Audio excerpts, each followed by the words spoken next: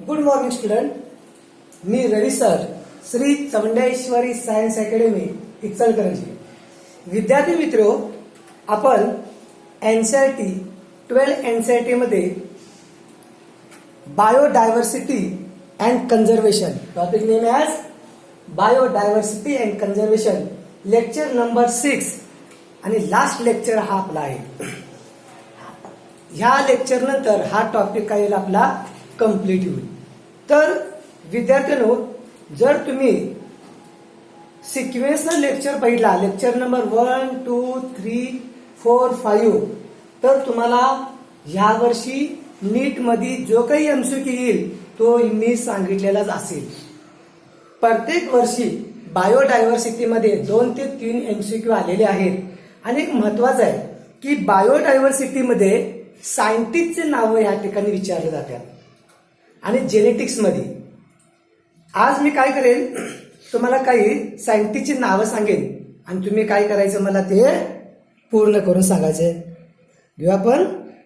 बघा आपण, तर मला पहिल्यांदा सांगा, या ठिकाणी डेव्हिड टिलमॅन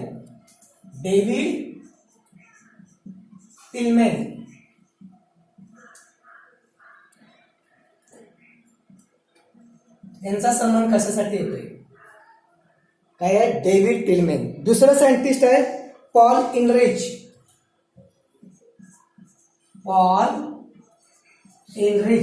तर ह्या सायंटिस्टचा संबंध कशासाठी येतोय सांगायचं आपल्याला. थर्ड नंबर आहे या ठिकाणी. तर दुसरा क्वेश्चन लागायचा अलेक्झांडर हम्बोल्ट.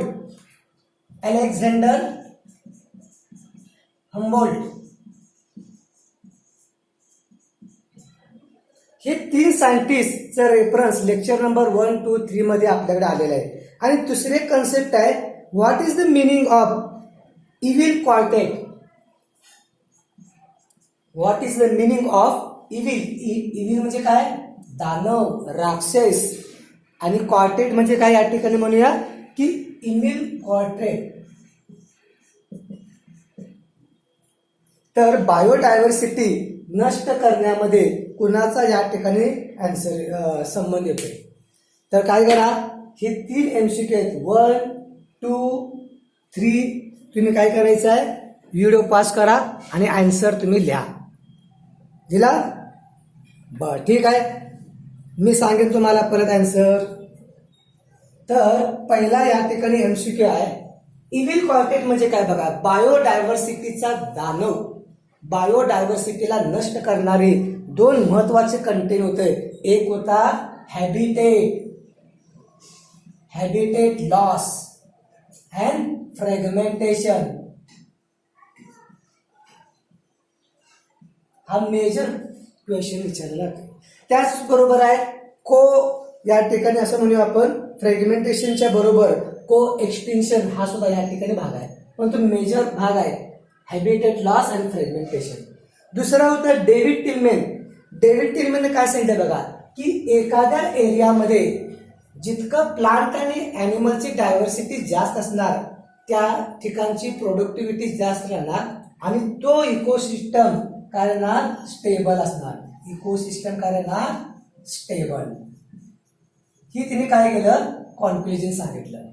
त्यानंतर पॉल इनरिच काय केलं बघा,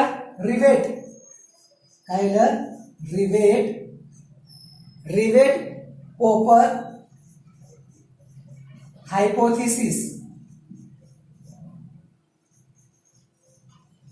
तिने सांगितलं की इकोसिस्टम एक प्लेन आहे आणि ह्या प्लेन मध्ये जे काही सवारी आहे त्या स्पेसिस आहेत.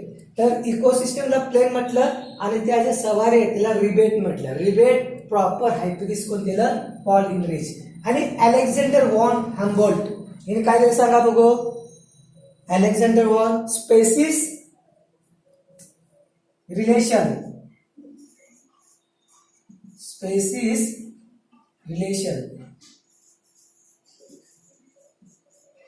काय सांगितलं बघा की अलेक्झांडर यांनी सांगितलं स्पेसिस एरिया रिलेशन म्हणून आपण एरिया रिलेशनशिप. ही 3 सायंटिस्टची नावं आहेत ती आपल्याला काय करायला लागणार की बायोडायव्हर्सिटीमध्ये हे तुम्हाला लक्षात ठेवावे लागेल. तर आपण बघा मेजर बायोडायव्हर्सिटी थ्रेटेड. थ्रेटेडचा अर्थ या ठिकाणी थ्रेटेडचा अर्थ नष्ट होण्याच्या मार्गावर असणे, नष्ट होणे किंवा झालेले नाहीये. एक्सटिंक्ट म्हणजे झाले. थ्रेटेड म्हणजे या स्पेसीज इतक्या कमी झालेल्या आहेत की त्या जर संपल्या, त्यांचे जे नंबर संपले 1-2, तर ते परत आपल्याला काय मिळणार. Habitat destruction. आम्ही काय केलं बघा की जे फॉरेस्ट आहे ते फॉरेस्ट मध्ये काय डिफॉरेस्टेशन केलं, जंगल तोड केलं. आपल्याला माहिती आहे की एक प्लांट सुद्धा स्वतःमध्ये तो इकोसिस्टम आहे, कारण त्या प्लांटवर बरेचसे बर्ड्स, इन्सेक्ट, त्यानंतर ॲनिमल्स डिपेंड आहेत. आणि आपण काय करतोय की हॅबिटेट डिस्ट्रक्शन करतोय. काय करतोय आपण, डिफॉरेस्ट्रेशन फास्ट करतोय. म्हणजे एक प्रकारे आपण काय करूया, त्या इन्सेक्ट बर्डचा निवाराच आपण काय करतोय तिथनं नष्ट करतोय. दुसरा भाग आहे ओव्हर एक्सप्लोरेशन. आता ओव्हर एक्सप्लोरेशन माहितीये का बघा, की तुम्हाला मी मागच्या वेळी एक सांगितलं होतं बघा, डोडो, त्यानंतर सिल्टर, सी काऊ आणि क्वागा, हे 3 नावं आहेत. मला काय करायची, मला क्वागा ह्या कंट्रीची नावं सांगायची. डोडो मागच्या मध्ये आहे की डोडो पक्षीला इतका मी डिस्ट्रॉय केलं, किल केलं त्याचं मांस नीट घेण्यासाठी. आणि आज काय आहे, डोडो कुठली कंट्री आहे, मॉरिशस, बरोबर आहे. सेल्टर सिकाऊ प्रचंड असा होता, कुठं, रशिया. आणि क्वागा काय आहे, आफ्रिका. हे सुद्धा MCQ मॅच द पेअर मध्ये येऊ शकते. तर काय केलं, ओव्हर एक्सप्लोरेशन केलं आम्ही, आणि त्यामुळे काय झालं की ती स्पेसीस नष्ट झाली. डिफॉरेस्ट्रेशन केलं. हॅबिटेट डिस्ट्रक्शन म्हणजे काय केलं बघा, की तिथं आपण काय केलं, नवीन स्पेसीस आणून दिल्या. अँथ्रोपोजेनेसिस, क्लायमेट चेंज. आता अँथ्रोपोजेनेसिस म्हणजे काय बघा, मानव संविधान, मानव संस्कृतीचा अभ्यास किंवा ह्युमन ऍक्टिव्हिटी. की ह्युमन काय केलं की त्या ठिकाणी जाऊन शेतीसाठी डिफॉरेस्ट्रेशन केलं. आम्हाला तिथे काय करायचंय, कंस्ट्रक्शन करायचंय, कॉलनीज बांधायचे, इंडस्ट्रियलायझेशन करायचं आहे. आणि ह्याचा परिणाम काय झाला की तिथे बायोडायव्हर्सिटी थ्रेटेड मध्ये आल्या, की काय आहे की धोक्यात आलेले आहे. Bioaccumulation and synergic effect. त्याचमुळे बघा, हे आपण जे कंस्ट्रक्शन करतोय आपण, यामुळे काय होईल की तेथून ज्या प्रजाती होत्या त्या मूळ तिथून काय गेल्या, निघून गेलेल्या आहेत. समजलं बघा. तर काय सांगते बघा,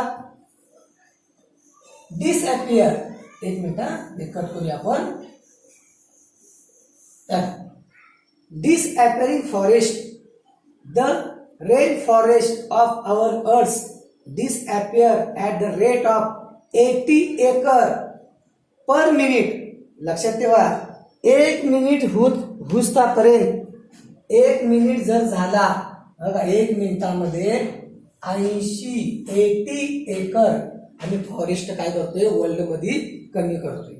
day and night major climate and other environment change will occur this continue. आणि ह्यामुळेच काय होईल, ह्यो जो ग्रीन असा दिसणारा फॉरेस्ट आहे तो आम्हाला आज असा दिसणार आहे. लक्षात ठेवा, 1 मिनिटामध्ये आम्ही 80 एकर फॉरेस्ट तिथनं हटवतोय, डिफॉरेस्ट्रेशन करतोय, जंगल तोड करतोय एवढ्या प्रचंड प्रमाणात. आता हा जो लेक्चर समजा 50 मिनिटाचा असेल तर बघा, 50 गुणिले 80 एवढं एकर काय झालं, फॉरेस्ट निघून गेलेलं आहे. तर बघा की ह्या ज्या ऍक्टिव्हिटी आहेत ह्याचमुळं बायोडायव्हर्सिटी काय आहे, थ्रेटेड मध्ये येत्या. आता बघूया आपण biodiversity conservation. Why should we conserve biodiversity. आता तुम्ही म्हणणार की बायोडायव्हर्सिटी जर कन्झर्वेशन करण्यासाठी आम्ही काय करू शकतोय. बायोडायव्हर्सिटी कन्झर्वेशन करण्यासाठी आम्ही काय करू शकतोय. बायोडायव्हर्सिटी कन्झर्वेशन, जैवविविधतेचं जपणूक करायचं आहे, कन्झर्वेशन करायचं आहे. Why should we conserve biodiversity, बरोबर आहे, सॉरी, की आपल्याला बायोडायव्हर्सिटी का कन्झर्व करायची आहे किंवा का त्याची जपणूक करावी लागेल. बरोबर आहे की आपण म्हणतोय की बायोडायव्हर्सिटी जपून ठेवा, या पाठीमाग काय हेतू आहे का, या पाठीमाग काय प्रॉफिट आहे का, तर गेन मिळणार का, तर बघा काय सांगते, देर आर मेनी रिझन, असे बरेचसे कारण आहेत, some obvious and other not so obvious but all equally important. काही सहज पाहायला मिळतील किंवा काही नंतरच्या काळामध्ये पडणार, परंतु सर्वांचं महत्व आहे. They can be group into 3 categories, 3 प्रकारच्या कॅटेगरीज आपल्याला पाहायला मिळतील. आपल्याला 3 प्रकारच्या कॅटेगरीज मध्ये आपल्याला पाहायला मिळतील. काय दिले बघा, narrow utilitarian reason, broad utilitarian reason, ethical reason. Narrow म्हणजे संकुचित, म्हणजे आपण काही लोकांचे विचार सरणी संकुचित आहे असं म्हटलं, त्याला म्हणतो आपण नॅरो अल्टिटेरियन. काही लोक बॉर्डर ऍक्सेप्ट करतात, म्हणजे दूर दूरचा विचार करतात. काही लोक असे पण असतात की माझा क्षणिक काही लाभ आहे हे पाहिले जातात. आता काय होते बघा की आपण ह्या ठिकाणी हा लेक्चर या ठिकाणी बघतोय, आम्ही काय केलं बघा, या ठिकाणी हा लेक्चर बघत असताना आम्ही डायरेक्ट काय ना लेक्चर नंबर 6 वर झालो आणि 6 वर मध्ये बघितलं आणि लगेच आम्ही MCQचं ओपन केलं, तर आम्हाला तिथं काय लगेच फायदा झाला काय, थोडा होणार, जास्त नाही होणार. काही असणार ब्रॉड, काही स्टुडंट असे असतील की हे जे लेक्चर आहेत ते 1 पासून 6 पर्यंत काय केलं, केअरफुली तिने रीड केलं किंवा वॉच केलं, तिने MCQ बुक घेतलं किंवा मी जे ऑनलाईन टेस्ट दिली तर त्यांना 100% काय मिळालं, जास्त बेनिफिट मिळाला. बेनिफिट मिळतोय, नॅरो मध्ये पण मिळतोय आणि ब्रॉड पण. ब्रॉडसाठी काय होणार, थोडासा धीर घ्यावा लागणार. इथिकल आपण नंतर कंटिन्यू करूया आपण. तर काय येईल बघा, तर काय होते की ह्युमनने सर्व नॅचरल रिसोर्स जे आहेत काय केले, ह्युमन बिईंग जे आहे ते सर्व नॅचरल रिसोर्स आहे ते त्याचे स्वतः मालक समजू लागला. कायला की मी स्वतः त्याचा मालक समजायला लागला. आणि यामुळे काय झालं, समजा एखादं प्लांट आहे, एक झाड आहे, ट्री आहे, मँगो ट्री आहे, या मँगो ट्री सीझन चालू आहे का ना, तर मँगो ट्री आहे, ह्या ट्रीचे सर्व मँगो मीच घेणार ह्युमन बिईंग. या मँगोवर दुसऱ्या ॲनिमलचा पण तेवढाच हक्क आहे. मग ते मंकी पण असते, इन्सेक्ट आहेत, बर्ड्स आहेत, वर्म्स आहेत, तर त्यांचा पण तेवढाच हक्क या ठिकाणी आहे. म्हणजे काय ना, ह्युमन बिईंग सेल्फिश वाला आहे, स्वार्थी वाला आहे, की निसर्गामध्ये जे काही नॅचरल रिसोर्स आहे ते सर्व माझं आहे, मी त्याचा मालक आहे असं विचार करायला लागला.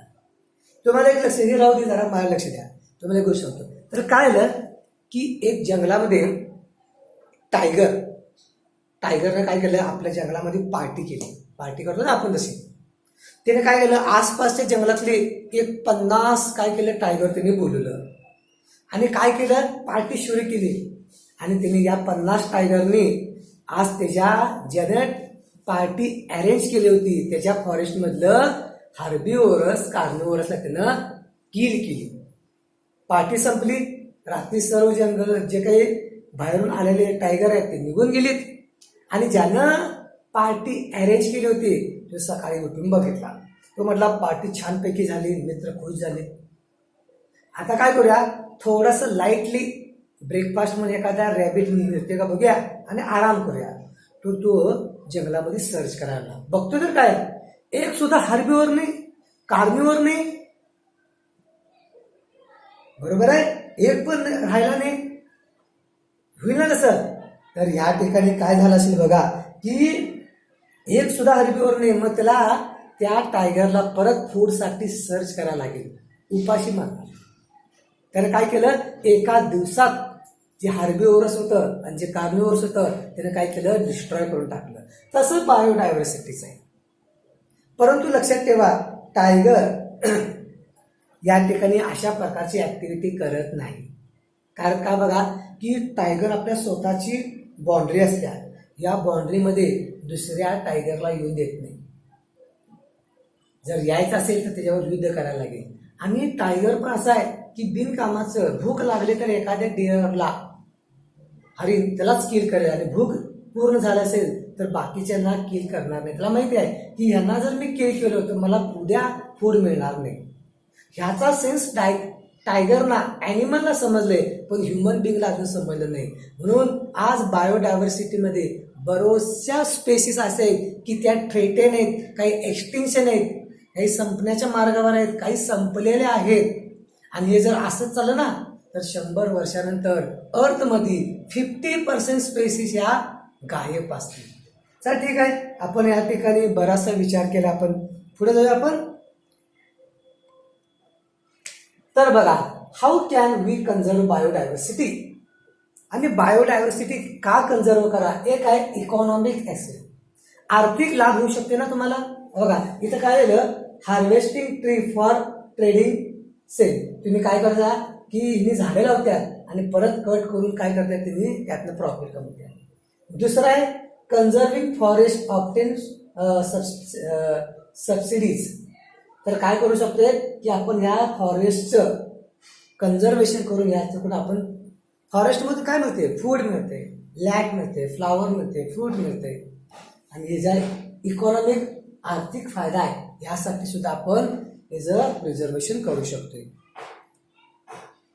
तर मगाशी मी म्हटलेलं की नॅरोली अल्टिटेरियन्स, संकुचित. जर थोडाच विचार केला तर काय बघा, डायरेक्ट इकॉनॉमिक बेनिफिट. जर तुम्ही असं केला डायरेक्ट इकॉनॉमिक बेनिफिट, सेल्स मिळणार, पल्सेस मिळणार, फ्रूट मिळणार. तुम्ही बायोडायव्हर्सिटी जर जपणूक केला तर तुम्हाला फ्रूट मिळणार, धान्य मिळणार, फ्लावर्स मिळणार, फायरवूड जलाव लाकूड मिळणार, फायबर मिळणार, कंस्ट्रक्शन मटेरियल, इंडस्ट्रियल प्रोडक्ट, त्यानंतर तुम्हाला प्रोडक्ट ऑफ मेडिसिन. हे काही आहे नॅरो, संकुचित. जर आपण काय करणार, थोड्या प्रमाणात केला विचार तर आम्हाला लगेच इतका फायदा मिळू शकतो. More than 25% of drugs currently sold in market world wide are derived from plant species. आज जवळजवळ 25,000 स्पेसिस प्लांटचे असेल की त्याच्यातून काय केलंय 25% मेडिसिन मिळते. बरोबर आहे.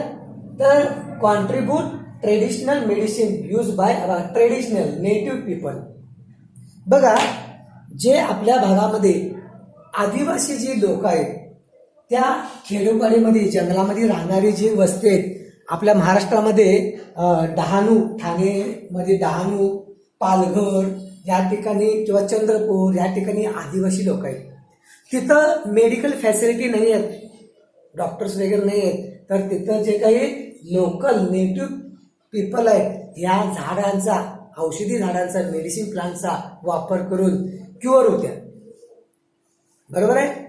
आज बघा मार्केटमध्ये आयुर्वेदिक बरेचसे ब्रँड आलेले आहेत. बघा हे जे औषधी प्लांट की नाही, एक ब्रँड आहे बघा हिमालया. बरोबर आहे. किंवा रामदेव बाबाचे जे प्रोडक्ट आहेत ते सगळं काही आहेत हे मेडिसिन प्लांटमधून दिलेले आहेत. याचं सुद्धा एक मोठा ब्रँड बनलेला आहे. म्हणजे हे मेडिसिन जे प्लांट आहेत याचा आपण या ठिकाणी यूज कराले. दुसरी गोष्ट आहे की केरळमध्ये व्हॅली, मुनार टेकडीजवळ एक दरी आहे. व्हॅली म्हणजे दरी. त्या दरीमध्ये जर आपण गेलो, आत जाऊ शकत नाही, इतके अशी डीपमध्ये आहे. आणि त्यामध्ये बरेचसे मेडिसिन प्लांट अजून आहेत असं म्हटलं जातं. सायंटिस्ट काय म्हणतील की ह्यामध्ये असं प्लांट असू शकतात ते HIV, कॅन्सर आणि आता जो कोरोना व्हायरस आहे त्याचा पण ट्रीटमेंटचा या ठिकाणी मेडिसिन असू शकते. कोरोना व्हायरस काय आहे, साधा फ्लूचा व्हायरस होता. बरोबर आहे. स्वाईन फ्लू मधला मॉडिफिकेशन करून आलेला कोरोना व्हायरस आहे. की सायंटिस्ट म्हणतात की ही बायोडायव्हर्सिटी आहे, तुम्ही जपणूक ठेवला तर फ्युचरमध्ये हे तुम्हाला मेडिसिन म्हणून तुम्हाला ते आहेत, परंतु आपण त्यांना अजून डिस्कवर केलं नाही, आपण त्याला अजून शोध घेतला नाही. भारत आणि चायना असे आहे की ह्याच्यामध्ये भरपूर असं मेडिसिनल नॉलेज आहे आणि मेडिसिनल या ठिकाणी प्लांट पाहायला मिळते. तुम्हाला माहीत असेल तर चायनामध्ये आपण सहज जाऊन कोणत्याही फॉरेस्टमध्ये ते आपण जाऊ शकत नाही आहे, बँड आहे. तिने सांगतात तेवढाच भाग तुम्ही ट्रॅव्हल करायचा, व्हिजिट करू शकताय. बाहेरच्या लोकांना आत जाऊन देत नाही. तिने आपली बायोडायव्हर्सिटी कन्झर्वेशन करतात किंवा दुसऱ्याला एक्सपोज करून देत नाही. तर अशी बरीचशी गोष्टी आपल्याला या ठिकाणी पाहायला मिळतात. हे झालं नॅरो अल्टरनेट रिजन. दुसरा भाग आहे त्यामध्ये कंटेंट मी दाखवलं बघा, नॅरोली युटिलाइज. तर फूड मिळणार तुम्हाला, फायरवूड, फायबर, मेडिसिन, कंस्ट्रक्शन बांधकामासाठी, industrial product, economic benefit, nature. आर्थिक लाभ मिळणार तुम्हाला या कन्सेप्टमधून. लगेच नॅरोलिटीमध्ये आर्थिक लाभ तुम्हाला मिळणार. नोबडी नो बघा, how many more medicinal useful plant there in the tropical rain forest waiting to export. मगाशी म्हटलं कुणालाच माहिती नाही की ट्रॉपिकल रेन फॉरेस्ट मध्ये असे किती प्लांट असे तुमची वाट बघायला जे तुम्हाला डिसीजेससाठी मेडिसिन म्हणून हेल्प करू शकतात. Which increase resource put in. आता एक शब्द वापरला बघा तिने, या ठिकाणी एक शब्द वापरला, बायो प्रोस्पेक्टिंग. बायो म्हणजे लाईफ आणि प्रोस्पेक्टिंगचा अर्थ की याचा अर्थ म्हणूया पॉसिबिलिटी, शक्यता. Exploring molecular genetic and species level diversity for product of economic importance.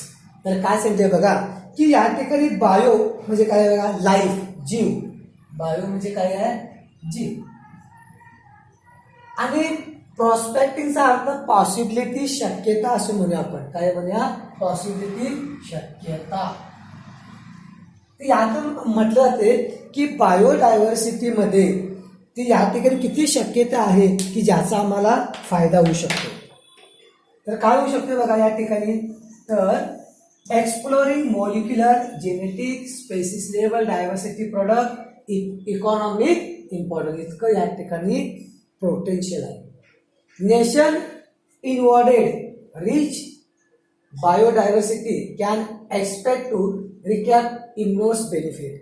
जेवढी बायोडायव्हर्सिटी आपल्याला जास्त काय मिळणार की त्या नेशनला त्याच्याकडून भरपूर असा इनमोर्स प्रचंड असा बेनिफिट त्यांना मिळू शकतो. आता काय करूया, कन्सेप्ट बघूया. बॉर्डर काय म्हणूया आपण या ठिकाणी, दूरचा फायदा. The broadly utilitarian reason. Broadly म्हणजे काय होणार, हा जो फायदा आहे तो क्षणिक मिळणार नाही, यासाठी बरेच वर्षाने मिळणार. समजले का बघा. समजा आपण आज आपण काही पैसे आपण सेव्हिंग करत राहिलो तर आपण काय करणार की नंतर फिक्स डिपॉझिट मधून नंतर काय होणार, तुम्हाला जास्त पैसे ओल्ड एज मध्ये मिळणार.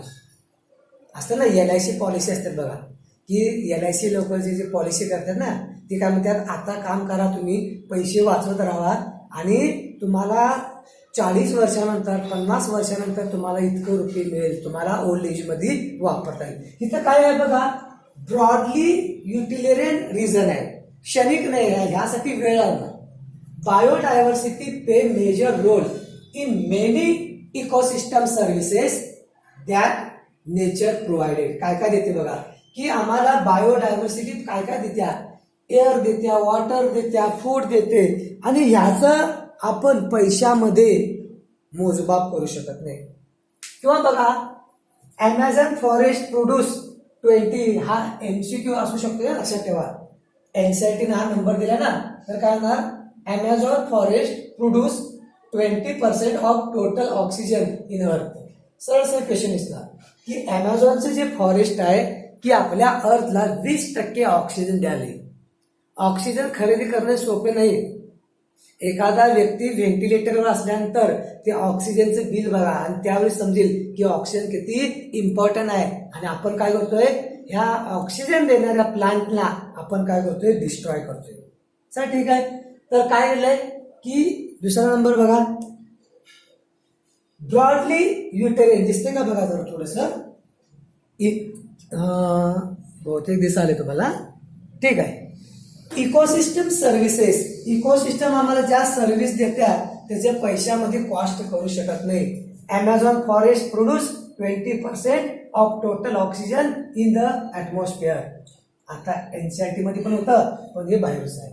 Pollination of plant through the pollinator, bee, birds and bats. Pollination मध्ये का बघा, flowering plant, sexual reproduction in flowering plant मध्ये जो मेल गॅमेट होता, जो पोलन ग्रेन होता, तो स्टिग्मावर ट्रान्सफर केला जात होता, त्याला म्हटलं आपण पॉलिनेशन. आणि पॉलिनेशन कोण करते? Honey bee, birds. Aesthetic pleasure of walking thick wood watching and spring flower. बघा की आम्हाला काय ना की एखाद्या ठिकाणी, सुंदर ठिकाणी आपल्याला काय जायला मिळणार. बघा समजा आपण बागेत गेलो तर तुम्हाला हिरवळ, दोन्ही बाजूला काय येणार की फ्लावर, प्लांट, इन्सेक्ट पाहायला मिळणार. तुम्ही बायोडायव्हर्सिटी तिथली संपवली तर तुम्हाला मिळेल का परत? नाही आहे. तर हे जे फायदे काय तुम्हाला मिळू शकतात. नेक्स्ट वन बघा, we can you put economic value of this services. मग सांगितलं की या सर्व्हिसेसची आपण व्हॅल्यू करू शकत नाही. Pollination without which plant cannot give us fruit a seed. जो का आपण पॉलिनेशन होणार नाही, कोणताही प्लांट फ्रूट किंवा सीड देणार नाही. सीड देणार नाही म्हणजे परत तिथं प्लांट, त्या प्रकारचा प्लांट ग्रो होणार नाही. कारण का बघा की पॉलिनेशन हा सगळ्यात महत्वाचा कन्सेप्ट आहे. काय होते बघा, transfer of pollen grain from anther to respect to stigma is called as pollination. की pollination, these are certain carriers are required, biotic, abiotic. पॉलिनेशनसाठी कॅरियरची गरज आहे, ती असतात बायोटिक आणि अबायोटिक. आता बायोटिक मध्ये इन्सेक्ट आहे.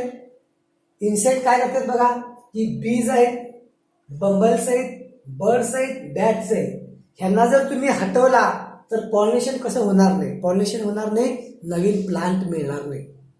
म्हणजे ह्या नेचरमध्ये जे दिसणारा छोटासा बी, हनी बी, हा किती इम्पॉर्टन्स आहे तुम्हाला याचे एक एक्झाम्पल सांगतो. बघा काय झालं की जापानने काय केलं, सर्च केलं. तिने काय केलं की हनी बीचं काम ते ड्रोनच्या मार्फत करून घेतलं. त्यांनी छोटे छोटे ड्रोन तयार केलं आणि हनी बी जे काही पॉलिनेशन करायला ते कोण करायला, आता ड्रोन करायला. ड्रोन कॅमेरा असते नाही, तर छोटे छोटे ड्रोन. हा जो ड्रोन आहे त्याला सेन्सर होतं, तो एका ठिकाणचा पोलन ग्रेन दुसऱ्याकडचा घेऊन जायचा, त्याकडे बॅग होते, अशी सिस्टीम तिने अरेंज केली. परंतु तो एक ड्रोन बनण्यासाठी त्यांना 10 ते 15 लाख रुपये लागले. किती? 10 ते 15 lakh. 10 to 15 lakh require one bee. याचा अर्थ नेचरमध्ये ही जी बी आहे, हनी बी आहे, मधुमक्खी आहे, मधमाशी आहे, हिची व्हॅल्यू किती आहे? 10 ते 15 लाख. याच्यावर समजते की ही बायोडायव्हर्सिटीमध्ये प्रत्येक इन्सेक्ट व्हॅल्युबल आहे आणि त्याशिवाय ही जीवन पुढे जाणार नाही. What will be cost accumulate pollination with the help of natural pollinator. आता सांगितलं तुम्हाला, बरोबर आहे. तर या ठिकाणी बघूया आपण last one, ethical reason. The earth is not soul our property. Millions of plant, animal and microbe species share this planet. तर काय झालं बघा या ठिकाणी, तर आपण काय म्हणतोय की आपली जी अर्थ आहे या ठिकाणी, की आपण अर्थ मध्ये आपण स्वतः मालक नाहीये. ह्यावर मिलियन्स हे प्लांट आहेत, ॲनिमल आहेत, मायक्रोब आहेत, हे सुद्धा तेवढेच हकदार आहेत. आज आपण काय म्हणतोय, हे सर्व माझं आहे. ह्या जे बाउंड्रीज जे आपण केले, आपण पृथ्वीचं मालक आहोत. आपण काय म्हणतो, हे माझा देश, हे माझं राज्य, जिल्हा, तालुका, गाव, त्यानंतर माझं घर, हे जे डिस्ट्रीब्युशन केलंय निसर्गाने केलं नाही, ह्युमनने केलेलं आहे. आज आपल्या आसपास माझ्या जागेत इतकं आहे, झाडे मी कट करणार, परंतु ह्या निसर्गावर ह्या मिलियन्स ॲनिमल, प्लांट आणि जे काही मायक्रोब आहे तेवढा त्यांचा पण तितकाच हक्क आहे, लक्षात ठेवा. तर काय आहे, फिलॉसॉफिकली आणि spiritually we need release to every species has been extreme value. बघा की प्रत्येक स्पेसिस ही काही ती मौल्यवान आहे, किमती आहे. Even it may not be current or economic value. एखाद्या स्पेसिसची आर्थिक फायदा होत नसेल तर सुद्धा प्रत्येक स्पेसिस ही प्रजाती जी आहे ती काय आहे, महत्वाची आहे आणि ती काय आपल्याला नेचरमध्ये उपयोगी पडणारी आहे. काय सांगितले, we have moral duty to care for their well being, pass our biological legacy in good order to future generation. आज आपली एक नैतिक जबाबदारी राहिलेली आहे. तर काय आल्या, ही जी बायोडायव्हर्सिटी आहे तुम्ही जपणूक करा आणि येणाऱ्या पिढीसाठी तुम्ही काहीतरी शिल्लक ठेवा. नाहीतर येणारी पिढी तुम्हाला प्रश्न विचारेल, तुम्ही आमच्यासाठी प्युअर ऑक्सिजन का ठेवला नाही, प्युअर वॉटर का नाही आहे, इथे फॉरेस्ट होतं तुम्ही म्हणत होता, इथे ॲनिमल्स राहत होतं ह्युमन बिंग बरोबर, ते कुठं आहे. तर याच्या प्रश्नाचं उत्तर कोण देणार. आज आपलं मोरल ड्युटी आहे, प्रत्येकाची जबाबदारी आहे की ही इकोसिस्टम तुम्हाला काय करायची आहे, सांभाळायला लागणार. तर तुम्हाला मी एक गमत सांगतो बघा, लक्ष द्यायला लक्षात बघा. थोडंसं काय येणार, आपण जर एक्स्ट्रा काही बोललं कंटेंटमध्ये तर तुम्हाला जरा छान सुद्धा वाटेल, पण लेक्चरचं ड्युरेशन वाढते. काय झालं बघा, आपण बड्डे किंवा मॅरेज असते ना, लग्न सोहळा, या ठिकाणी आपण जातोय. काय ते की ह्यावेळी ज्यावेळी आपण हे जातोय एक बुके घेऊन जाते, म्हणजे फ्लावर घेऊन जाते ना, आणि फ्लावर घेऊन जातोय आणि जे न्यू मॅरिड कपल आहे, विवाहित जोडपं आहे, त्यांना आम्ही देतोय, छानसा फोटो काढतोय आणि खाली येतोय नाश्ता, काय जे त्यांचं जे डिनर वगैरे घेऊन येते. ते बुकेची व्हॅल्यू समजा किती होती, 200 रुपये, 200 रुपीज होती. समजा मी असं केलं असतं की जे मी बुके न घेता ते 200 रुपये त्या न्यू मॅरिड कपलला दिला असतं हातात, तर त्यांना ते छान वाटलं नसतं. ते काय म्हणणार, अरे बाबा कसला माणूस आहे, याने माझी व्हॅल्यू किती केली, 200 रुपीज. पण तुम्ही 200 रुपयेचा बुके दिला तर त्याची व्हॅल्यू सांगता आली नाही. काय, इनटँजेबल व्हॅल्यू. याचा अर्थ जे पैसे 200 पेक्षा ते 200चं जे बुके आहे त्यामध्ये फ्लावर्स आहेत, या फ्लावरची किंमत आम्ही करू शकत नाही. बघा काही गोष्टी अशा होत्या की एखादं फ्लावर जे असते ती आपली मनातली गोष्ट काय करते, क्लिअर करून टाकते. आपण एखाद्या वेळेला जर भांडण तंटा झालं की एक छानपैकी काय करते, गुलाबाचं फुल देते, फ्रेंडशिपला फुल देते. म्हणजे काय होणार, एक्सप्रेस आवर सेल्फ, आपल्या मनातल्या गोष्टी एखादं फ्लावर सांगते. आणि एवढं करून आम्ही काय म्हणतोय, बायोडायव्हर्सिटीचा आम्हाला काय फायदा आहे, काय म्हणतोय, बायोडायव्हर्सिटीचा आम्हाला काय फायदा आहे. आपण काय करा पाहिजे, बायोडायव्हर्सिटी जप. चला पुढे बघूया, how can we conserve biodiversity. आता तुम्ही आम्हाला सगळं समजलं, बायोडायव्हर्सिटीचं काय आहे, क्षणिक लाभ किती आहे, दूरवरचा लाभ किती आहे, आर्थिक बेनिफिट काय होणार आहे, फ्युचरमध्ये आम्हाला काय मिळणार आहे. पण आम्हाला सांगा, how can we conserve biodiversity. विद्यार्थी, इथं आपला लॅपटॉप आहे, इथं मला बटन प्रेस करा, क्या हे माझी पेन आहे. तर इथं मला ही जी स्क्रीन आहे ती मी इथं बघतोय. How can we conserve biodiversity. Biodiversity conserve in situ ex situ. एक स्टुडंट आहे आपल्याकडं, नाव आहे त्यांचं प्रियांका मालदार. तिने मला हे एक्सप्लेन करा म्हणून सांगितलं होतं, C2 इन C2 आणि एक्स C2. तर तुम्ही लक्ष द्या, हा लेक्चरमध्ये आपलं कंटेंट होऊन जाईल. तर काय आहे की बायोडायव्हर्सिटी कन्झर्वेशन करायचं असेल तर दोन आमच्याकडे मार्ग आहेत, in C2 x C2. In म्हणजे काय, आत, एक्स म्हणजे बाहेर, इन म्हणजे आत, इनसाइड, एक्स म्हणजे बाहेर, बरोबर आहे. इन सिटू मध्ये काय करतोय बघा, की ज्या ठिकाणी ती स्पेसिस आहे, ज्या ठिकाणी ती स्पेसिस आहे तिथंच तिचं काय करा, कन्झर्वेशन करा. समजा एक फॉरेस्ट आहे, या फॉरेस्टमध्ये एक प्रजाती काय आहे, डिस्टिंक्शन वाल्या, थ्रेटेन आहे, नष्ट होण्याच्या मार्गावर आहे, तर तुम्ही काय करा, तिला आहे तिथंच कन्झर्व करा. याला म्हणायचं इन सिटू कन्झर्वेशन. समजलं. एक्झाम्पल काय आहे, biosphere reserve, national park, wild life sanctuary, sacred forest. आणि एक्स मध्ये काय बघा, एक्स एक्सटर्नल बाहेर. काय करणार की समजा ती एखादी स्पेसिस आहे त्या पर्टिक्युलर एरियामध्ये डिस्ट्रॉय झाल्या, तिथून तिला मी बाहेर घेऊन जाणार दुसऱ्या ठिकाणी, मग तो प्लांट असेल किंवा ॲनिमल असेल, आणि त्याला काय होणार, त्या प्रकारची नॅचरल कंडिशन आम्ही प्रोव्हाइड करणार, परंतु त्याला दुसरीकडे घेऊन चाललोय आपण, त्या जागी नाहीये. त्याला काय म्हटलं, ex-situ कन्झर्वेशन. एक्झाम्पल आहे बोटनिकल गार्डन, दाखवतो तुम्हाला बोटनिकल गार्डन, झू. त्यानंतर सीड पोलन बँक. बघा हे जे सीड आणि पोलन बँक आहे असं रिझर्व ठेवल्या की समजा कुठल्याही देशाला माहिती नाही असं जपणूक करून ठेवल्या. समजा पृथ्वीवर सगळे जर नष्ट झाली, हे जर आम्हाला सीड बँक मिळाली, पोलन मिळालं, तर आम्ही परत फॉरेस्ट तयार करू शकतोय. त्यानंतर टिश्यू कल्चर. तर काय झालं बघा की तुम्हाला समजलं, इन सिटू, इन म्हणजे आत आहे ठिकाणीच त्या स्पेसिसला कन्झर्व करा. एक्स म्हणजे काय होणार, तिथून तुम्ही बाहेर घेऊन जावा आणि त्याची जपणूक करा. काय सांगितलं बघा, when we conserve protect whole ecosystem, आपण एखादी इकोसिस्टम संपूर्ण प्रोटेक्ट करतोय, it is biodiversity level protection. तर संपूर्ण बायोडायव्हर्सिटीचा मी संरक्षण करतोय. We save entire forest to save tiger. ही जरा स्पेलिंग चुकलेलं आहे, हे काय आहे टायगर आहे, टायगर, TIGER. आपण काय म्हणतोय की टायगर रिझर्व. तुम्हाला दाखवतो मी काही इमेज दाखवणार आहे. आपण ज्या एखाद्या भागामध्ये टायगर रिझर्व आपण म्हणतोय, याचा अर्थ टायगरचे जपणूक होत आहे, तिथे प्लांटची पण होत्या, तिथे डिअरची पण, जे काही हरिण आहेत सर्वांचीच आपण काय करतोय, जपणूक करतोय. म्हणजे संपूर्ण त्या भागाची इको सिस्टम आपण प्रोटेक्ट करत असतो. समजलं, यालाच म्हणायचं इन सिटू. आलं लक्षात.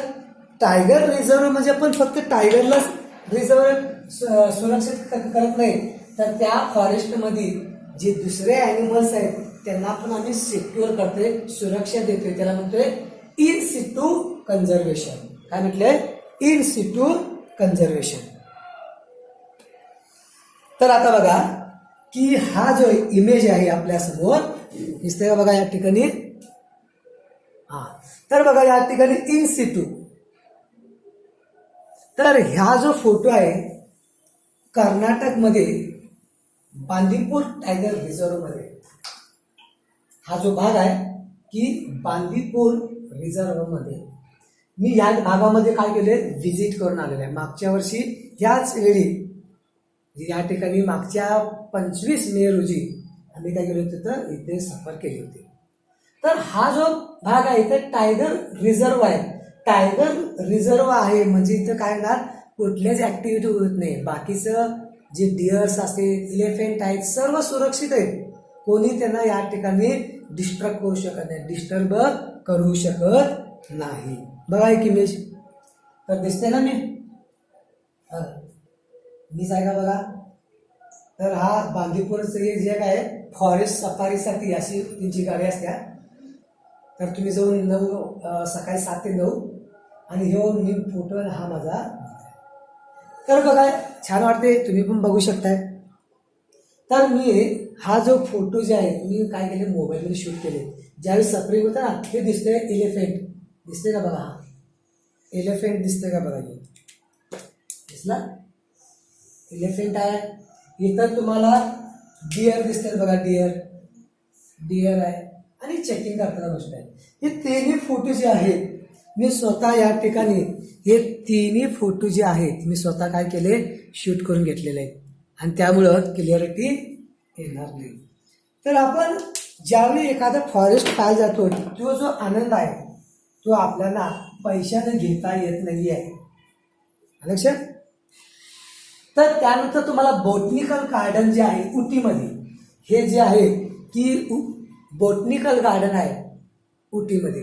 बोटनिकल गार्डनमध्ये काय केले, जे प्लांट डिस्ट्रॉय व्हायला त्या प्लांटला एका ठिकाणी आणले आणि तिथे त्यांचं कन्झर्वेशन केलंय. म्हणजे ex-situ म्हणू शकतो, ex-situ कन्झर्वेशन बोटनिकल गार्डन. आणि हा आमचा फॅमिली फोटो.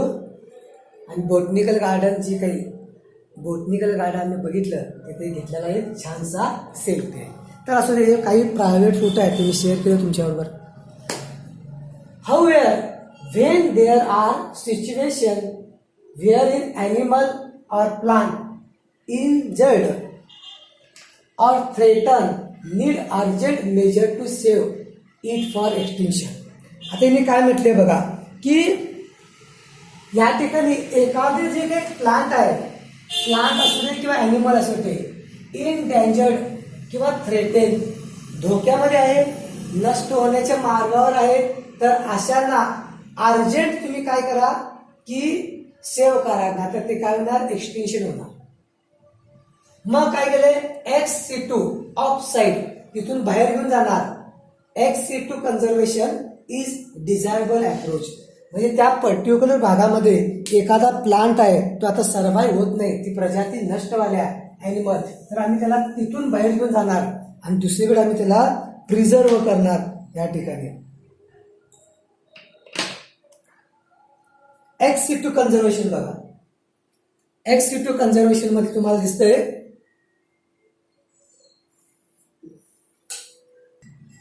XC2 मध्ये काय होते की याचा ऍडव्हान्टेज काय बघा, इन्क्रीज जेनेटिक डायव्हर्सिटी. एखादी प्रजाती त्या पर्टिक्युलर भागामध्ये डिस्ट्रॉय व्हायला, नष्ट होण्याच्या मार्गावर आहे, तर तिथून तुम्ही बाहेर आला आणि त्यामुळे काय होणार की ती जी प्रजाती तुम्हाला कायम पाहायला मिळणार. त्यासाठी सोमॅटिक क्लोनिंग करू शकताय, प्रोव्हाइड प्रॉपर केअर, काळजी घ्या तुम्ही, जेनेटिक रेकॉर्ड, प्रिव्हेंट ब्रीडिंग, आणि असं माहिती घ्या की तुम्ही आर्टिफिशियली या ठिकाणी तिचं ब्रीडिंग करू शकताय. स्पर्म होम तुम्ही काय करा, कलेक्शन करा. तर ह्या ठिकाणी एक टेबल दिलेला बघा, इन सिटू कन्झर्वेशन, XC2. तर महत्वाचं आहे, डिफरन्स समजायला पाहिजे. This method involve protection of injured species, ज्या प्रजाती नष्ट होणार आहे इन देअर नॅचरल हॅबिट, त्या ठिकाणच्या प्रजाती नष्ट झाल्या. It involve placing threatened animal plant in special care unit for the protection. त्यांना जे ॲनिमल्स आहेत की त्या भागामध्ये नष्ट होणार, तिथून बाहेर आणायचं आणि त्यांना स्पेशली ट्रीटमेंट करायचं आहे, केअर करून त्यांना प्रिझर्व करायचं आहे.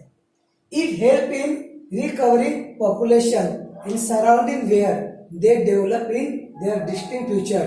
इन सिटू मध्ये आपण काय करू शकतोय की त्या भागामध्ये समजा बघा, आता टायगरची जपणूक काय करायला की तिथे टायगर आहे, तर तुम्ही तिथे हंटिंग करायची नाही, शिकार करायची नाही. म्हणजे काय झालं की टायगरची संख्या वाढाली, ब्रीडिंग वाढायला आहे त्या ठिकाणी. XC2 मध्ये काय झालंय, it help in recovering population and preventing extinction under stimulation condition that closely resemble habit. पण XC2 मध्ये काय होतंय बघा की तिथं असं एक लक्ष घ्या की मुंबईच्या राणी गार्डन मध्ये, बागेमध्ये पेग्विन आणलेला आहे. ह्या पेग्विन काय होतात, त्याला बर्फाची कंडिशन पाहिजे, परंतु काय केलं की त्या ठिकाणी AC, बर्फ असं त्याने काय नॅचरल कंडिशन देऊन त्या पेग्विनला सर्व्हाइव्ह केलं. म्हणजे काय झालं, जो मूळ स्थितीमध्ये होता तिथनं काढलं आणि आपण आर्टिफिशियली एन्व्हायरमेंट क्रिएट केलं, स्पेशल केअरेशन केलं आणि त्या प्रजातीला प्रिझर्व केलं. ह्याला म्हणायचं XC2. लक्षात ठेवा, इन आणि एक्स मध्ये आपल्याला फरक करता यायला पाहिजे आणि इथंच MCQ आपला चुकणार. लक्षात, okay.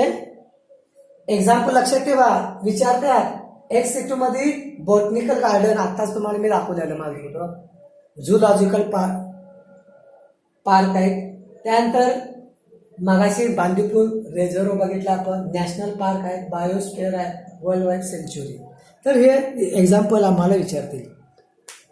In situ conservation faced to conflicted between development and conservation. Many nation find to unrestrict and economic not a feasible conserve all biological wealth. तर काय म्हटलं जाते बघा की असं म्हटलं जाते की प्रत्येक गव्हर्नमेंट काय म्हणते की ह्या जंगलामध्ये तुम्ही सर्च करा, जंगल सफारी करा, परंतु एकाही प्लांटला, ॲनिमलला तुम्ही त्रास द्यायच नाही. तसे केले तर तुम्हाला पनिशमेंट करणार, किंवा एक लॉ आहे की जर तुम्ही एक झाड जर तोडला तर तुम्हाला शिक्षा होऊ शकते. पण काही लोकांना असं वाटतंय की असं हे जरा जास्तच आहे, हे झाड काय आहे, कामाचं आहे, ते आम्हाला ते लाकूड द्यायलंय, त्यावर आमचा हक्क आहे, आमच्या भागात, आमच्या रानामध्ये आमच्या जागेत ते ग्रो होत आहे असं नाही आहे की, कारण का याशिवाय आपण यांना प्रिझर्वेशन करू शकत नाही. सर्वांनी जर असं नाही केलं तर तुम्हाला प्लांट ॲनिमल हळूहळू या नष्ट होतील पाहायला. मग काय होते, प्रत्येक जे देश आहे ही बायोलॉजिकल वेल्थ आहे हे सांभाळण्यासाठी काही लॉज केलेले. तर काय दिले, invariably the number of species waiting to save for extinction exceed conservation resource. बरेचसे स्पेसीस असे वाट बघायला की आमचं काय करा, कन्झर्वेशन करा, आमची जपणूक करा, आम्ही संपत आलेलो आहोत, थ्रेटन आहे आम्ही. ऑन काय सांगितले बघा, ऑन ग्लोबल बेसिस जर जागतिक स्तरावर विचार केला, this problem has been addressed by eminent conservationist. हा प्रश्न पहिल्यांदा ऑब्झर्व केला आहे. They identify for maximum protection certain biodiversity hotspot. Hotspot म्हणजे ना मोबाईलमध्ये हॉटस्पॉट तसला नाही आहे. तर हे जो बायोडायव्हर्सिटी हॉटस्पॉट म्हणजे काय जरा बघा की काय सांगितलं, ते सायंटिस्टने शोधून काढले की कोणत्या ठिकाणी सर्वात जास्त बायोडायव्हर्सिटी आहे. त्याला म्हटलं बायोडायव्हर्सिटी हॉटस्पॉट रिजन. आणि ती जास्त काय आहे, धोक्यात आहे. सायंटिस्टने काय केलं, सर्च केलं की अर्थवर कोणत्या भागात की सर्वात जास्त बायोडायव्हर्सिटी आहे आणि ती धोक्यात पण आहे, म्हणजे ती नष्ट होऊ शकते, असं पॉइंट त्यांनी शोधून काढलं. याला म्हणायचं बायोडायव्हर्सिटी हॉटस्पॉट. काय झालं बघा, biodiversity hotspot region very high level आहे सोडा ऑफ रिचनेस, स्पेसीस रिचनेस, स्पेसीसचे नंबर जास्त आहेत. High degree endemic. आता इंडेमिकचा अर्थ बघा, इंडेमिकचा अर्थ आहे की काही स्पेसीस असे आहेत ते पर्टिक्युलर एरियामध्येच आहेत, दुसऱ्या भागामध्ये मिळणार नाही. इंडेमिक म्हणजे that is species confirm to the region not found everywhere else. त्याच भागात तुम्हाला ती स्पेसीस मिळणार, दुसरीकडे कुठेही तुम्हाला पाहायला मिळणार नाही. किंवा एक माहिती आहे, मेडागास्कर ही जी कंट्री आहे, हा देश आहे, या मेडागास्करमध्ये बरेच आम्हाला काही मॅमल्स असे मिळतात की दुसरीकडे कुठेच पाहायला मिळत नाही. मेडागास्कर म्हणजे काय ना, ते मॅमल्स आहेत ते मेडागास्कर मध्ये आहेत, पण जगामध्ये कुठेच तुम्हाला दुसरीकडे पाहायला मिळणार नाही. अशा प्रजातींना आपण म्हणतोय एंडेमिक. लक्षात. तर एक पॉइंट काढलाय बघा या ठिकाणी, क्लिअर दिसते का बघा, हो ते दिसत नसेल. अर्थ terrestrial hotspot biosphere, sorry biodiversity, की अर्थवरचे जे काही हॉटस्पॉट आहेत दिसतात का बघा, बरं ठीक आहे, दिसते का बघा त्या ठिकाणी, की अर्थवर हे जे रेड कलर दिसत ना, की असं भाग आहेत की इथं प्रचंड बायोडायव्हर्सिटी आहे, स्पेसीस रिचनेस आहे, आणि काही आहे ह्या थ्रेटेड आहेत, म्हणजे काय होतं, नष्ट होण्याच्या मार्गावर आहेत. आणि यांना तुम्ही प्रिझर्व केला तर 30% बायोडायव्हर्सिटी आपण परत कन्झर्व केलं म्हणू शकतोय. ठीक आहे, दुसरा पॉईंट घ्या. आता इथे नावं दिली आहेत, आपल्याला नावांची काही गरज नाही आहे, दिल्या बघा. ही ट्रॉपिकल, ही जी नावं आहेत भारतामधले बघा, हिमालय, ईस्टर्न, भारतामध्ये 2 स्पॉट आहेत, ईस्टर्न हिमालय आणि वेस्टर्न घाट, हे भारतासाठी. भारतामध्ये 2 स्पॉट आहेत. एकूण काय आहे 34, काय आहे बघा की 34 असं स्पॉट आहेत हॉटस्पॉट, आणि त्यापैकी 2 जे आहेत ते भारतामध्ये आहेत. कुठले आहेत, ईस्टर्न हिमालय आणि वेस्टर्न घाट. बाकीचं नाही लक्षात ठेवलं तर चालतंय. बघा हे जे नंबर्स असतील ना, हे महत्वाचे आहेत. दिस 34 हॉटस्पॉट अकाउंट 2.3, हा सुद्धा नंबर महत्वाचा आहे. INP लक्षात ठेवा की वर्ल्ड मध्ये जे काही 34 हॉटस्पॉट आहेत त्यासाठी त्यानं लँड किती आहे बघा, 2.3. फक्त तिने काय केल्या, 2.3% जमीन तिने घेतल्या आणि त्याच्यामध्ये 34 हॉटस्पॉट आहेत. आणि या ठिकाणी प्रचंड बायोडायव्हर्सिटी आहे आणि आज ती काय नष्ट होण्याच्या मार्गावर आहे. तिचं कन्झर्वेशन करणे आज बरं गरजेचं आहे. 50% अर्थ प्लांट काही आहेत ह्यामध्ये, 50% of earth plant and 40% land व्हर्टेबल. ह्यामध्ये 50% प्लांट आहेत बघा. एवढ्या 34 मध्ये एवढे 50% प्लांट आणि 40% लँड्स व्हर्टिब्रेट्स पाहायला मिळतात. तर एक इमेज दिसते का बघा समोर तुमच्याकडं, भारताचा इमेज बघा. हा एमसीक्यू आहे. भारतामध्ये 2 हॉटस्पॉट आहे, वेस्टर्न घाट आणि ईस्टर्न हिमालय. तर एमसीक्यू विचारला जाईल की इंडियामध्ये 2 या ठिकाणी वेस्टर्न घाट म्हणजे महाराष्ट्राचा कोकण भाग आहे बघा सहा, आणि ईस्टर्न हिमालयाच्या खालचा भाग आहे ईस्टर्न, ह्या ठिकाणी 2 हॉटस्पॉट आहेत आपल्याकडे 34 पैकी.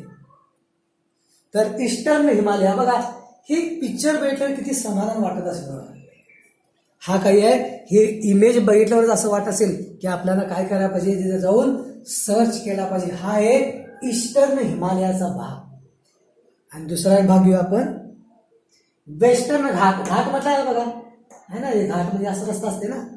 वेस्टर्न घाट हॉटेस्ट स्पॉट आहे, त्यामध्ये सगळं येणार बघा. या ठिकाणी महाराष्ट्रातनं चालू केलं आपण तर केरळपर्यंत जो किनारा आहे तो सगळा वेस्टर्न घाट आहे. आणि इथे अँफिबियाच्या जास्त प्रजाती आहेत बघा. Initially 25 diversity hotspot were identify, but subsequently 9 more have been added to list bringing. Total काय केल्यात, पहिला 25 यांना हॉटस्पॉट ओळखल्यात, परत 9 ऍड केल्यात. याचा earth the total number biodiversity hotspot 34. MCQ विद्यार्थी बघा, जे मी सांगले SC मेस क्लासेसचे जे विद्यार्थी आहोत, 15, 11वीचे असू दे किंवा 12वीचे असू दे, यांनी जर हे लेक्चर जर व्यवस्थित बघितलं तर तुम्हाला मी काय करालोय, ऑनलाईन DPS द्यालोय आणि त्यामध्ये हा एमसीक्यू आहे. लक्षात, ठीक आहे. त्यासाठी प्रत्येकाने हो लेक्चर बघितल्यानंतर कमेंटमध्ये तुमचं नाव, काही प्रॉब्लेम असेल तर एमसीक्यू जर, तर तुम्ही मला तिथं कमेंट करायचंच. कमेंट केल्याशिवाय ऑनलाईन टेस्ट येणार नाही. ठीक आहे. तर 34 हा नंबर तुम्ही लक्षात ठेवायचा. This hotspot are also recognised for accelerating habit of loss. काय दिले बघा की हा जो 34 जे हॉटस्पॉट आहेत ते महत्वाचे आहेत. This hotspot are also reason accelerated habit loss. आणि ह्या जर लॉस झाला तर काय होईल बघा, 3 ऑफ दिस हॉटस्पॉट, त्यातले 3 आहेत, वेस्टर्न घाट आणि Sri Lanka in Indo Burma and Himalaya cover our country exceptionally high diversity region. तर आपण जर या 3 मध्ये घेतला तर वेस्टर्न घाट हा भारताचा येतोय, त्यानंतर हिमालय येतोय, आणि श्रीलंकेचा जो भाग आहे इंडो बुरान, या ठिकाणी हाय डायव्हर्सिटी पाहायला मिळते. All the biodiversity hotspot put together cover less than 2% अर्थ अँड लँड. आणि ह्या सर्वांना जर तुम्ही 34 जे हॉटस्पॉट आहे याला कव्हर केलं तर 2% जे अर्थ एरिया वापरला. आपण काय करा, NCERT मध्ये काय म्हणजे 2%, हे नंबर लक्षात घ्या, 2% घ्या. त्यांना हॉटस्पॉट जे 34 आहेत यासाठी लँड लागल्या 2%, हे नंबर घ्या 2%. Number of species they are collectively harbours extremely high restrict protection. This protection will be have due to going on mass extension almost 30%. जर तुम्ही हे 34 हॉटस्पॉट आहे हे जर प्रिझर्वेशन केला तर जे काही मास एक्सटेन्शन व्हाले त्याची रिकव्हरी होईल 30% असं म्हटलं जाते. In India ecological unique biodiversity rich region legally protected. भारतामध्ये बायोडायव्हर्सिटी कन्झर्वेशन करण्यासाठी लॉज बनलेले आहेत. Biosphere reserve, national park and सँच्युरी बनले लिगली. नाव इंडिया 14 बायोस्फिअर आहे, 90 नॅशनल पार्क आहेत, 448 वाईल्ड लाईफ सेंच्युरी आहे.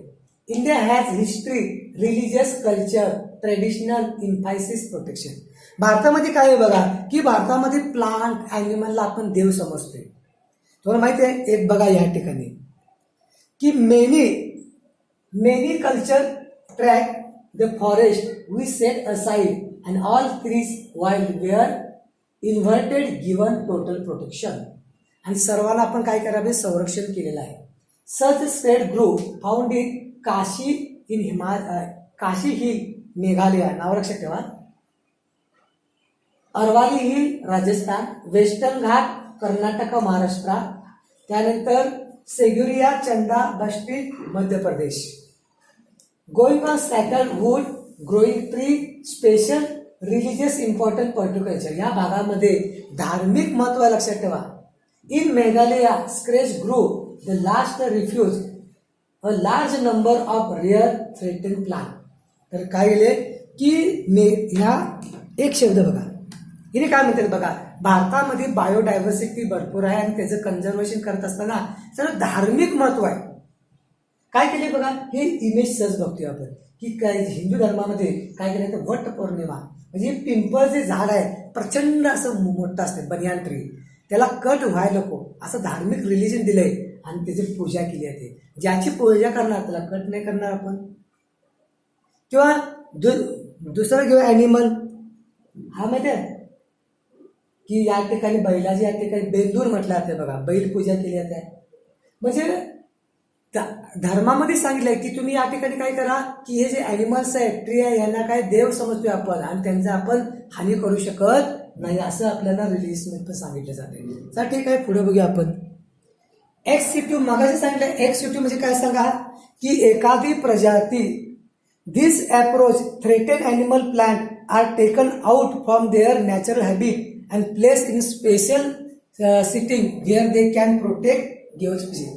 त्या भागातून बाहेर आणणार जिथे ती संख्या कमी व्हाल्या आणि त्याला स्पेशल केअरमध्ये आम्ही त्याला ग्रो करणार, त्याला म्हणायचं एक्सिट्यूब. Example zoological park. बघा हैदराबादमध्ये नॅशनल पार्क आहे नेहरू, पंडित नेहरू नॅशनल पार्क. तुम्हाला डिफरंट काइंड ऑफ ॲनिमल्स पाहायला मिळतील बघा. असं बरेच आहेत. बॉटनिकल गार्डन्स आहेत, वाईल्ड लाईफ आहे, सफारी पार्क्स आहेत. याला काय म्हणायचं एक्सिट्यूबचं एक्झाम्पल आहे ते. There are many animals that have been extinct in the wild but continuous be maintained in zoological park. की जे ॲनिमल नष्ट होण्याच्या मार्गावर आले त्यांना आम्ही काय केलं या ठिकाणी की झू मध्ये आम्ही त्याला काय करतोय कन्झर्व करतोय. ज्या थ्रेटेन स्पेसीज आहेत नष्ट होण्याच्या मार्गावर आहेत ते स्पेसीज.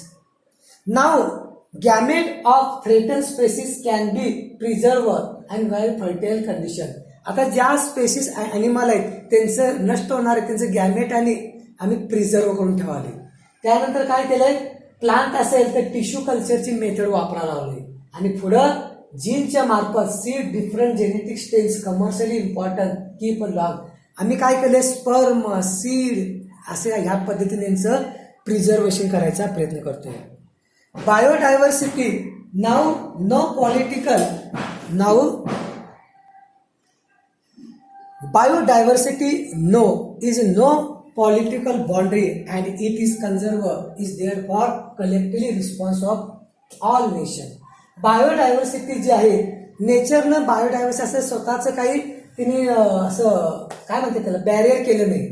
आपण काय केलोय हा माझा देश हा हे राज्य हे घर माझं आपण बाउंड्री आपण केल्या पॉलिटिकल बाउंड्री असते नेशनच्या नेचरच्या बाउंड्रीज नाही आहे.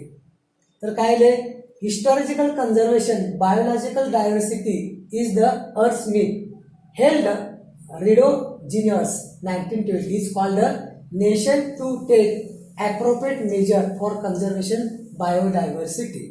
तर काय केलं जाते बघा की ह्या ठिकाणी की कन्झर्वेशन ऑफ बायोलॉजिकल डायव्हर्सिटी. हे बघा conservation of biological diversity CBD लक्षात ठेवा. इथं नाव काही दिले मी CBD हे विचारलेला फुल फॉर्म काय आहे. तर काय वेळेला कन्झर्वेशन करण्यासाठी ह्या ठिकाणी एक कमिटी तयार केल्या. इन फॉलो काय केलंय in follow world summit sustainable development करत असताना 2002 जोन्सबर्गमध्ये साऊथ आफ्रिकेमध्ये जोन्सबर्गमध्ये एक परिषद बनली. तिने काय म्हटले 2002ला की आपण डेव्हलपमेंट करताना सस्टेन्स करूया की आपल्या एन्व्हायरमेंटची हानी व्हायला नको. त्यानंतर 2010 पर्यंत जाऊपर्यंत आपल्या जी काय बायोडायव्हर्सिटी आहे त्याला काय करूया आपण कन्झर्वेशन करूया किंवा त्याचा जो रेट आहे एक्सटेन्शनचा कमी करूया. यासाठी काय केलं ही कमिटमेंट तयार केलेली होती.